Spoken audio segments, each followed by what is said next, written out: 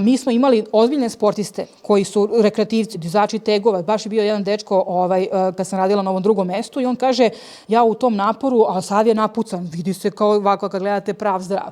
I kaže, ja u nekom naporu kad malo podignem intenzitet, tačno osjetim kao da me nešto steže u grudima i kao da se proverim da li je to neki mišić ili ja sad imam nekih problema, širim i se stežem i tako dalje.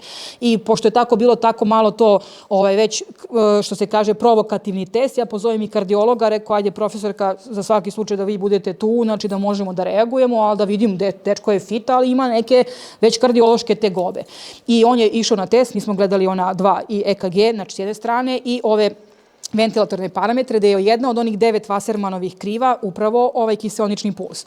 I sad mi, jesi dobro sam, jesi dobro, sve dobro, idemo kroz intenzitet i tamo negde prešli smo možda prvi prag intenziteta, on kaže sad kao malo osjećam.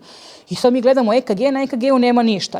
A ja onda kažem doktorki, pazite sad doktorka kako ovde kiseonični puls, on treba da raste, kako raste intenzitet napora, raste i kiseonični puls, jer rastu potrebe organizma da dobije što više kiseonika. Intenzitet raste, a kiseonični puls vrlo rano u toku napora ulazi u plato.